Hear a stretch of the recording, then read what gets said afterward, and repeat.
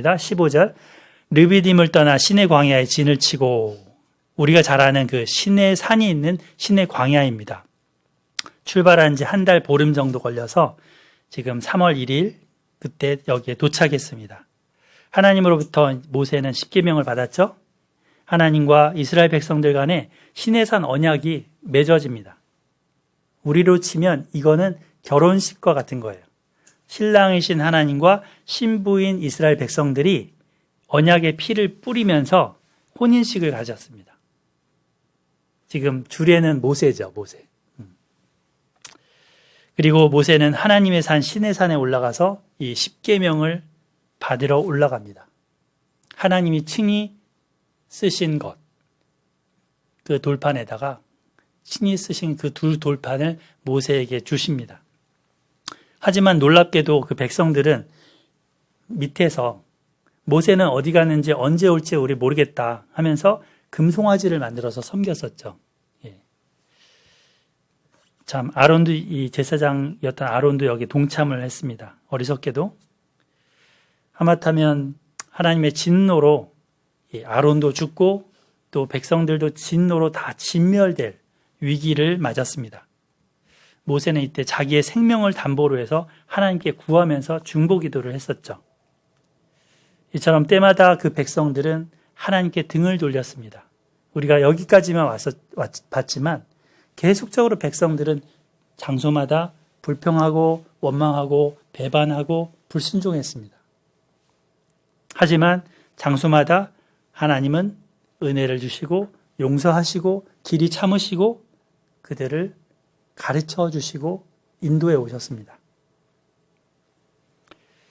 자, 이후에 신혼집 신방과 같은 하나님의 성막을 짓습니다. 그리고 레위기 율법을 받습니다. 인구조사도 하고 리더들도 세우고 정결에 대한 규례도 배웠습니다. 그리고 다시 출발했죠. 이게 이제 이 기간이, 시내산에서의 기간이 출애굽기 19장부터 민수기 10장 10절까지의 사건입니다. 하나님 나라의 법이 주어졌으니까 이제 약속의 땅을 향해서 출발이죠. 16절 같이 읽어보겠습니다. 16절 시작. 시내 광야를 떠나 기브롯 핫다와에 진을 치고. 출발한 후 얼마 안 돼서 지금 백성들의 입에서 불평이 줄줄 나왔죠. 이 이집트에서 먹던 고기 생각이 난다면서 모세와 하나님을 원망했습니다. 그리고 모세는 더 이상 이 백성을 감당하기 힘들다고 차라리 죽여달라고 했습니다. 이때 하나님이 내려주신 게 뭐였습니까? 메추라기였습니다.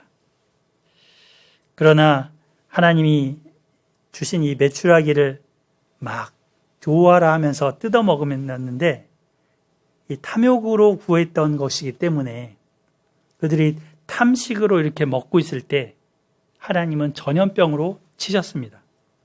결국에 수많은 사람들이 이 탐욕의 무덤이라는 뜻의 지명을 가진 그곳에 죽었습니다. 기브롯 핫다와 이 이름의 뜻이 탐욕의 무덤이라는 뜻이라고 했죠. 탐욕은 뭐를 만든다고요? 무덤을 만듭니다. 성경책에 탐욕 이꼴 무덤 이렇게 한번 써보시기 바랍니다. 거기 기브롯 핫다와에다가 탐욕 이꼴 무덤. 정말 뼈아픈 교훈이 되는 장소입니다. 자, 기브롯 핫다와를 떠나서 하세롯에 진을 쳤죠. 하세롯, 여기에서도 한 가지 사건이 민수기에 기록됐었습니다. 미리암과 아론이 그 모세의 애굽 여인을 취한 일로 인해서 비방했던 사건입니다.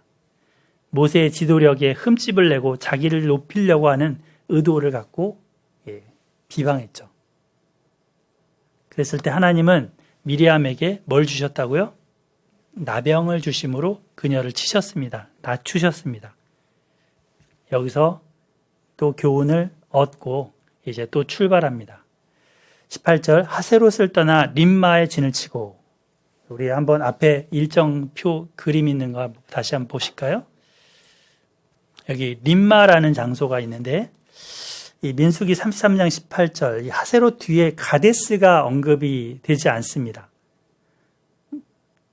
이건 의도적으로 가데스를 생략한 것일 수도 있습니다. 그런데 일부 학자들이 이 가데스가 린마하고 동일한 장소라고 합니다. 린마라고 저기 제가 15번에 써놨죠. 예. 그래서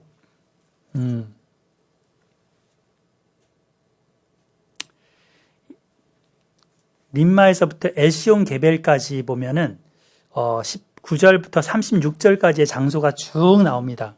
그죠? 여기 보면 여기서부터 쭉 아래까지 해서 32번에 있는 에시온 게벨까지 이 장소들이 38년간의 방황했던 장소들일 것입니다. 대부분의 장소 이름이 생소하죠. 그동안의 출애굽기 민수기에 안 나왔던 장소들입니다. 이스라엘 백성들은 가데스에서 그 가나안 땅을 정탐을 했었죠. 림마라고 친다면 거기에서 정탐을 했다는 건데 12명을 보냈습니다. 근데 그들이 하나님을 믿지 않으므로 결국 38년 동안 이 바란 광야에서 방황하며 보내게 됩니다. 그 광야는 출애굽 1세대가 모두 엎드러져 죽는 장소가 됐습니다. 불신앙 상태에서 광야에서 죽어나갈 뿐이었던 거죠. 약속의 땅이 코앞인데 시간만 보냈습니다. 38년간이나 시간을 보냅니다. 그냥. 자, 우리 36절로 이제 넘어가 보겠습니다. 36절, 에시온 게벨을 떠나 신광야 곧 가데스의 진을 치고, 여기 가데스가 나오죠. 그러니까 진행한 다음에 돌고 돌아서 제자리로 온 겁니다. 그동안 나이만 먹고 죽어나갔습니다. 민수기 20장 1절은 이렇게 기록하고 있습니다. 첫째 달에 이스라엘 자손 곧 온 회중이 신광야에 이르러 백성이 가데스에 이르더니 미리암이 거기서 죽음에 거기서 장사되니라. 미리암의 죽음으로 대표되는 이 죽음의 행렬이 38년 동안 있었습니다. 가데스에 이르렀을 때도 여전히 그들의 성품은, 태도는 어땠을까요? 변했을까요? 좀 그대로일까요? 우리가 앞서 이렇게 살펴봤었지만 정말 물이 없다고 모세와 다투었습니다. 변한 게 없습니다.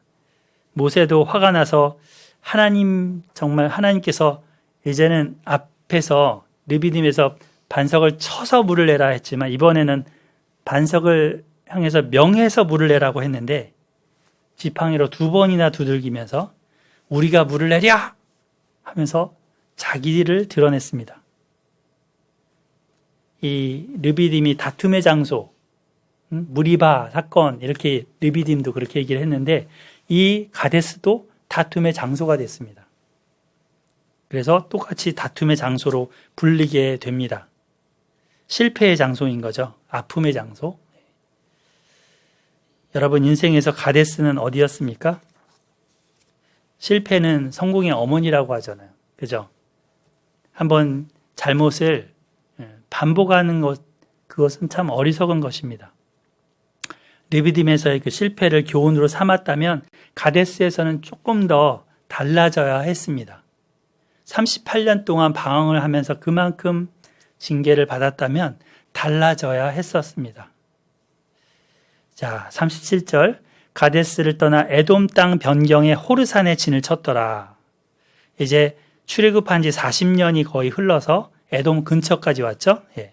38절, 이스라엘 자손이 애굽 땅에서 나온 지 40년째 5월 초하루에 5월 1일에 제사장 아론이 여호와의 명령으로 호르산에 올라가 거기서 죽었으니 아론이 호르산에서 죽던 때의 나이는 123세였더라. 이 아론이 그동안 대제사장으로서 사명을 다하고 호르산에서 올라가서 눈을 감습니다. 사실 아론도 그 시내산에서 저 우상숭배, 송아지 우상숭배 하다가 죽을 뻔했죠. 근데 모세가 중보기도함으로 같이 이제 살고 또 여기까지 같이 모세를 동역하면서 왔었습니다. 우리도 여러 가지 인생을 살면서 실패도 하고 잘못도 하고 또 실수도 합니다. 그러나 주님의 그 하나님 우편에서 기도해 주시는, 중보 기도해 주시는 예수님 때문에 우리가 지금 여기까지 오고 있는 것입니다. 우리도 언젠가 하나님이 맡겨주신 사명을 잘 감당하건 또 못 감당하건 눈을 감는 날이 올 것입니다. 제가 죽을 거를 한번 생각해 본다면 살아있는 날이 정말 복되고 의미 있어야 되지 않겠나, 그렇게 살아가야지 않겠나라는 생각이 듭니다. 죽음 앞에서는 누구도 예외가 없죠. 우리의 앞날, 여러분의 앞날. 물론 이제 우리 아이는 커서 시집 가기도 하고 장가 가기도 하고 자녀도 낳고 이런 앞날도 있겠지만 그 앞에 앞날 죽음이 옵니다. 그죠? 이게 현실이고 우리의 실존입니다. 죽는 것은 근데 세상 사람들은 끝이라고 하지만 끝이 아니죠. 하나님의 심판 저울 앞에 선악간에 청산하는 날도 옵니다. 성경은 분명히 그것을 쓰고 있습니다. 그래서 우리는 이 좋은 날 놀러 다니지 않고 말씀 앞에 나와서 예배드리면서 하나님을 기억하려고 몸부림치는 것입니다. 요즘은 이제 대부분 그 죽음을 맞기 전에 어르신들이 최후의 순간을 호스피스 병동이나 요양원이나 이런 데서 이렇게 중환자실에 끌려 들어가서 마치시죠. 숨을 거두시죠. 근데 아론은 이렇지 않죠. 지금 보면 하나님이 그를 호르산에 올라가라 이렇게 하시고 그가 순종하면서 모세와 엘르아사를 데리고 같이 올라갑니다. 그리고 거기서 눈을 감는데 제사장직을 엘르아사에게 물려주면서 숨을 거둡니다. 바톤을 넘겨주면서. 우리 죽음도 이랬으면 좋겠어요. 그냥 호스피스 병동에서 숨을 까딱까딱까딱 이렇게 하다가 거두는 그런 죽음이 아니라 정말 경건하고 또 조용히 이 천국 환송 예배 속에 잠자듯이 주님 품에 안겼으면 참 좋겠습니다. 사명을 다하고 그리고 그 사명을 이제 이어질 후계자에게 물려주고 그리고 하나님 품에 안기는 우리 모두가 됐으면 좋겠습니다. 아멘. 자, 41절부터 48절까지는 모압 평지까지의 일정입니다. 호르산에서부터 여러 장소를 거쳐서 이제 여리고 맞은편 요단강 모압 평지에 진을 칩니다. 이 사람들은 이제 가나안 전쟁을 앞두고 있습니다. 여기까지 쭉 그 여정들이 있는데 그 부분들은 일단 여러분들이 한번 읽어보시고 우리 뒷부분 50절부터 한번 또 보겠습니다.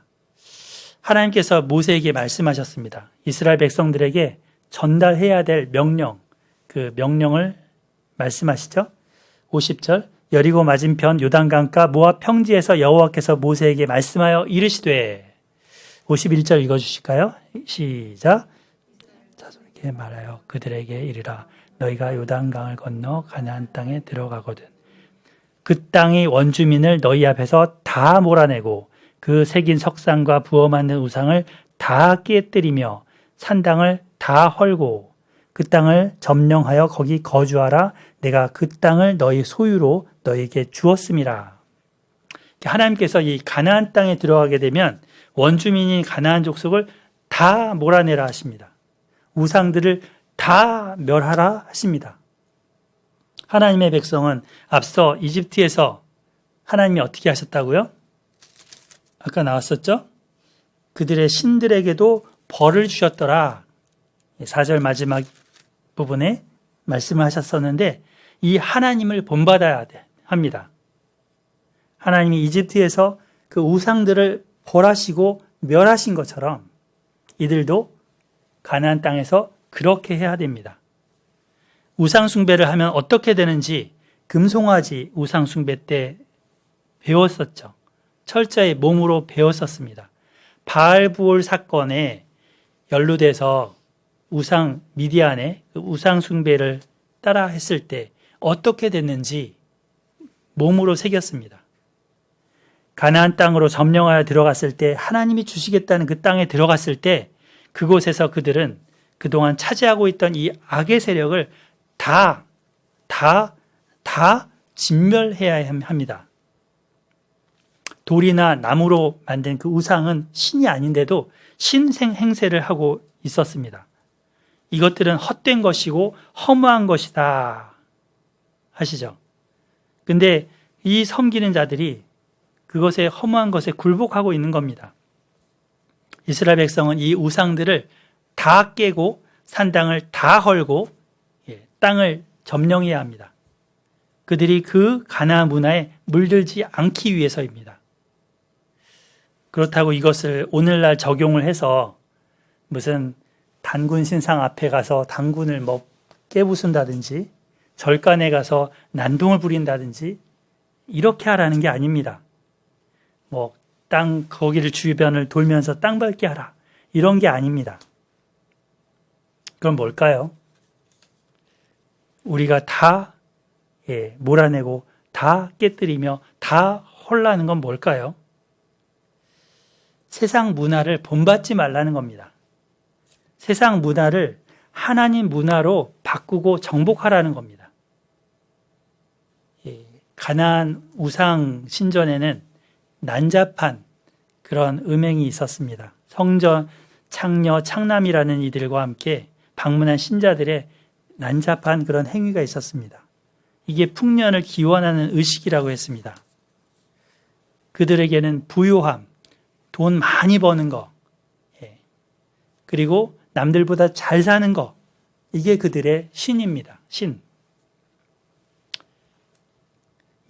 여자들도 보면 외모를 꾸미는 데 치중했습니다. 그리고 외모가 출중하면 잘 나가는 남자 만나서 평생 신세 편다 이렇게 서로 부추겼습니다. 교만했고 뒤로는 남을 헐뜯는 삶을 살았습니다. 약한 자는 착취의 대상이었고 고아와 과부는 뒷전이었습니다. 이스라엘 백성은 이러한 가나안에 들어가서 그들의 문화를 몰아내야 합니다. 하나님 사랑, 이웃 사랑의 법을 세워야 합니다. 사실 우리 속에도 가나안 문화의 모습이 있습니다. 이집트에서의 노예 근성이 있습니다. 그래서 무엇보다 정말 몰아내고 깨뜨리고 해야 될 것은 우리 내면 속에 있는 악한 본성입니다. 또 하늘에 있는 악의 영들입니다. 싸워야 할 대상이 그들인 거죠. 우리의 싸움은 혈과 육에 대한 것이 아니라 오직 하늘에 있는 악의 영들에 대함이라 라고 말씀하셨습니다. 영적 싸움은 눈에 보이는 싸움보다 더 치열합니다. 점거하고 있는 저 불법의 아비 마귀는 죄를 빌미로 해서 그 붙들고 있는 사람을 쉽사리 놓아주지 않거든요. 하지만 이 전쟁은 주님이 함께 하시는 전쟁이고 주님이 앞서 싸우시는 전쟁이고 이미 승리를 보장하신 전쟁입니다. 여호수아서에 가서 보겠지만 하나님이 앞서가서 우박을 내리시기도 하고 그리고 백성들은 그냥 돌다가 함성 한번 질렀는데 견고한 성이 우르르 무너지기도 합니다. 하나님이 천사들을 보내서 친히 싸워주시는 거죠. 이 점령한 땅을 이제 이후에 나누게 될 겁니다. 자, 분배의 원칙이 54절에 나오죠. 근데 이거는 26장 후반부에 들었던 것과 동일합니다. 전쟁도 안 했는데 이미 다 끝난 전쟁처럼 하나님이 말씀하고 계셔요. 가나안에 아직 들어가지도 않았는데 이미 다 준 것처럼 말씀하고 계셔요. 그죠? 한편 다 이렇게 그 분배를 하면서 어떻게 해야 된다라고 하십니까? 가나안 원주민들을 남겨두면 어떻게 된다라고 하십니까? 55절 같이 읽어보시죠. 55절 시작. 너희가 만일 그 땅의 원주민을 너희 앞에서 몰아내지 아니하면 너희가 남겨둔 자들이 너희의 눈에 가시와 너희의 옆구리에 찌르는 것이 되어 너희가 거주하는 땅에서 너희를 괴롭게 할 것이요. 여러분 혹시 올무라는 거 보신 적 있으세요? 올무? 이게 올무예요. 쇠 철사 같은 게 이렇게 있죠. 근데 이제 격발 장치라 해서 저기를 탁 밟으면 뭔가 이 올무가 확 좁혀져 갖고 꽉 쇠 철사로 묶어냅니다. 그러면 정말 빠져나가지도 못하고 거기서 걸리면 굉장히 고통 속에 신음하다가 죽어나갑니다. 동물을 사냥할 때 쓰는 건데 정말 엄청난 그 도구죠. 올무. 덫도 마찬가지죠. 덫도 저렇게 탁 날카로운 게 있지만 풀숲 같은 데다 안 보이는 데다 딱 숨겨 놓습니다. 저기 탁 걸리면 그야말로 발목 하나 나가는 거죠. 가시나 채찍 이런 것들을 예를 들어서 너희들에게 그 가나안 원주민들이 그런 역할을 할 거다라는 겁니다. 너희들이 쫓아내지 않으면 그들이 올무가 될 것이고 덫이 될 것이고 채찍이 될 것이고 가시가 될 것이다 라고 하십니다. 눈의 가시다. 그냥 가시도 아니에요. 눈의 가시. 눈에 먼지만 조금만 들어가도 괴롭잖아요. 가시에 손 조금만 찔려도 너무나 아프잖아요. 근데 그게 눈의 가시라는 거예요. 옆구리를 찌르는 채찍이라고 합니다. 뭔가 옆구리를 쿡쿡 찔러본다고 해보세요. 날카로운 거로. 잠도 못 자고 괴로워서 견디기 힘들 겁니다. 이렇듯이 쫓아내지 않으면 그 원주민들이 너희에게 가시요 찌르는 채찍이 될 거다 경고하십니다. 이들이 그들과 이렇게 어울려 살면서 혼인관계를 갖게 되면 우상문화, 타락한 성문화에 전염이 될 것이고 그들의 지배와 착취를 당할 겁니다. 이걸 대표적으로 보여주는 예가 삼손이죠. 그 힘센 삼손이 가나안 여자를 만나서 그와 사랑을 한다고 하고 결혼도 하고 이러면서 결국 그는 올무에 걸렸습니다. 눈도 빠졌죠. 그리고 힘을 모두 잃어버렸습니다. 대표적인 예였습니다. 하나님을 자연히 떠나가는 이 순서는 가나안 이 주민들을 몰아내지 않는 것에서 시작됩니다. 하나님의 불같은 진노를 사게 된다는 것입니다.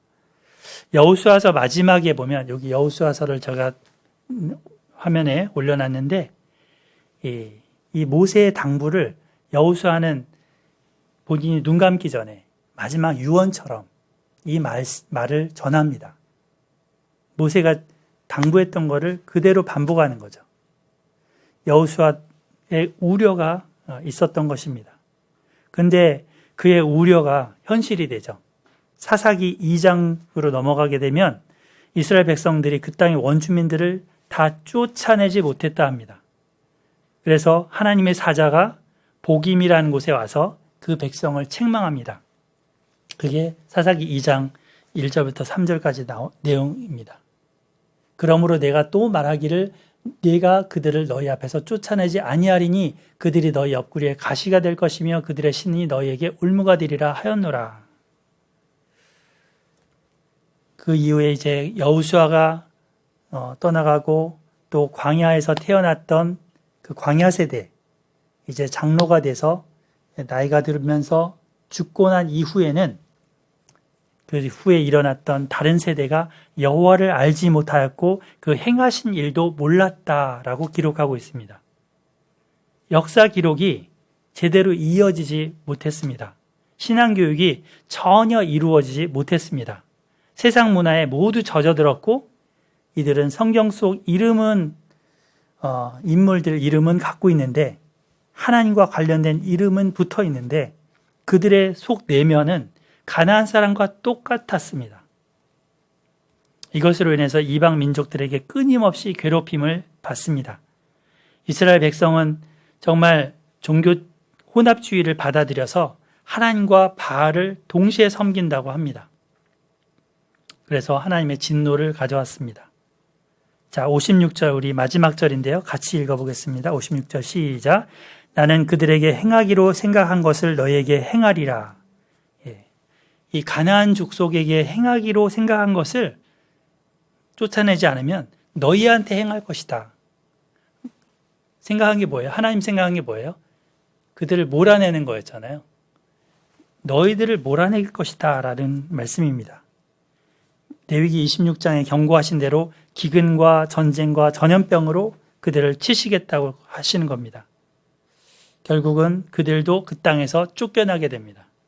이들의 모습을 통해서 정말 그리스도인 된 우리가 어떤 자세로 살아야 될지 가르쳐주고 계십니다.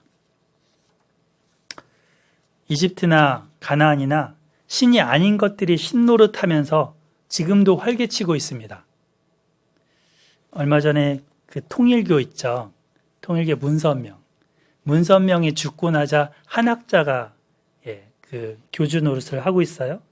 그리고 나서 그 온갖 돈을 다 착취하는 수법을 다 쓰면서 이 통일교에 소속된 사람들, 그 사람들의 재산을 다 갈취한 거예요. 그러다 보니까 그 엄마가 거기에 돈이 다 헌납한 사람의 아들이 분개해서 그걸 지지했던 아벨을 총으로 저격했던 그게 이제 있더라고요. 아직도 그들은 반성할 줄 모르고 여전히 다른 수법을 써가면서 재산 불리기를 이단이 활개치고 있습니다. 통일교뿐만은 아니죠. 오늘날 문화를 보면 아이돌이라는 우상들이 자라나는 세대의 우상이 됐습니다. 그냥 이걸 문화라는 이름으로 우리는 내버려 두고 있습니다. 우리 마음 중심에 하나님이 계셔야 되는데 돈과 명예와 섹스가 또는 여러 가지 다른 것들이 마음 중심을 차지합니다. 주님은 마지막 날에 최후 심판을 예고하고 계십니다. 지금 거대한 태풍 흰남노가 밀려 올라오고 있다고 뉴스에서 얘기하고 있습니다. 커다란 재앙을 예고하듯이 연일 그 예상되는 피해를 보도하며 준비하라고 합니다. 마치 성경에서 우리에게 경고하고 있는 것과 비슷하다는 생각이 듭니다. 정리하겠습니다. 출발과 떠남. 이 출발과 떠남 속에 숨겨진 은혜가 무엇입니까?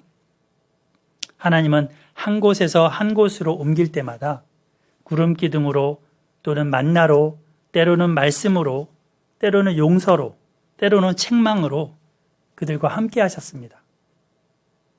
출발하고 떠나는 그 광야의 길 42곳이 이들의 허물과 실수를 보여주는 흔적이기도 했지만 그곳에서 베푸신 하나님의 은혜와 사랑을 경험한 자취였습니다.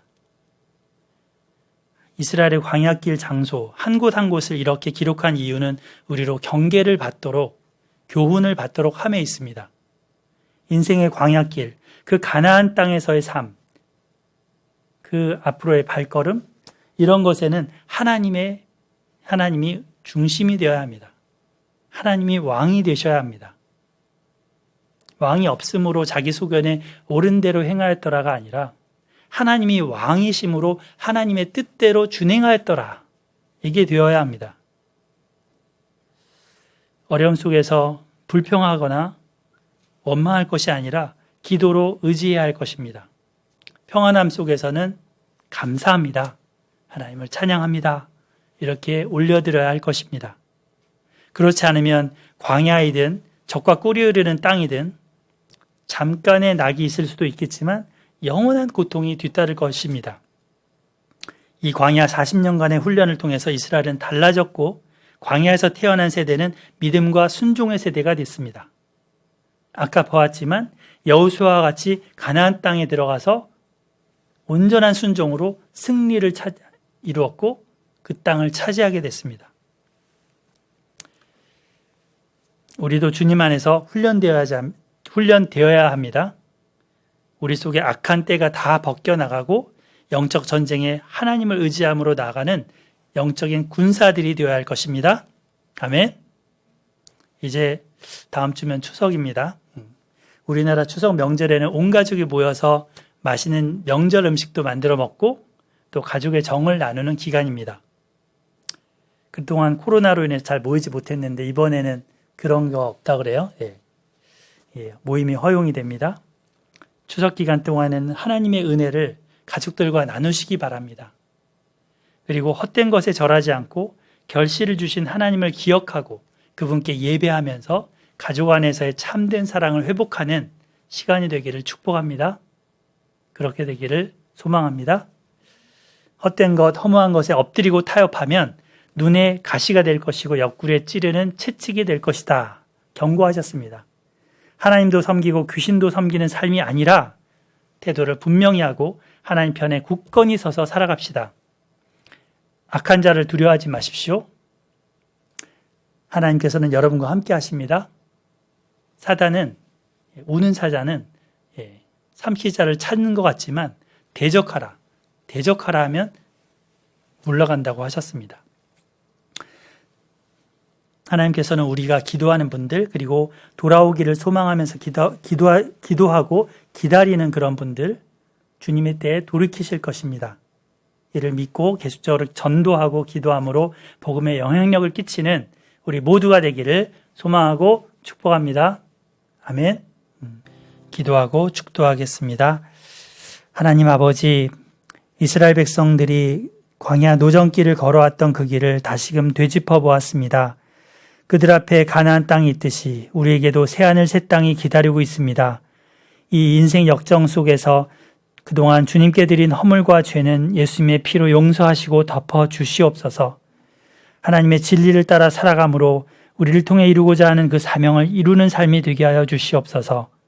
주님 부르시는 그날, 숨을 거두는 그날 아론처럼 평안히 눈을 감게 하여 주옵소서.